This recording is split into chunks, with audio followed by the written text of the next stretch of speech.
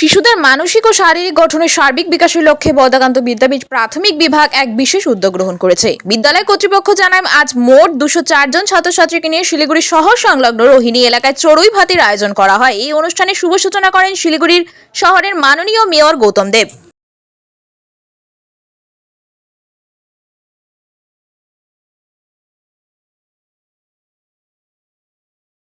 প্রার্থী ঘোষণা হওয়ার আগেই দেওয়াল লেখনে তৎপর হলেন শিলিগুড়ি মেয়র গৌতম দেব। এখনও 2026 সালের বিধানসভা নির্বাচনের দিনক্ষণ ঘোষণা না হলেও শহরের বিভিন্ন প্রান্তে দেওয়াল লিখনের মাধ্যমে শুরু হয়ে গেল এক প্রকার নির্বাচনী প্রচার। শিলিগুড়ি পুর নিগম এলাকার হাকিমপাড়া রাস্তার উপর অবৈধভাবে লোহার অস্থায়ী ওভারব্রিজ নির্মাণকে ঘিরে চাঞ্চল্য ছড়ায়। জানা গিয়েছে, হাকিমপাড়া বালিকা বিদ্যালয়ের পেছনের রাস্তায় একটি বহুতল নির্মাণের কাজের সুবিধার জন্য রাতের অন্ধকারে রাস্তার দুপ্রান্তে জুড়ে এই ব্রিজ তৈরি করা হয়। অভিযোগ, পুর নিগমের কোনো অনুমতি নেওয়া হয়নি।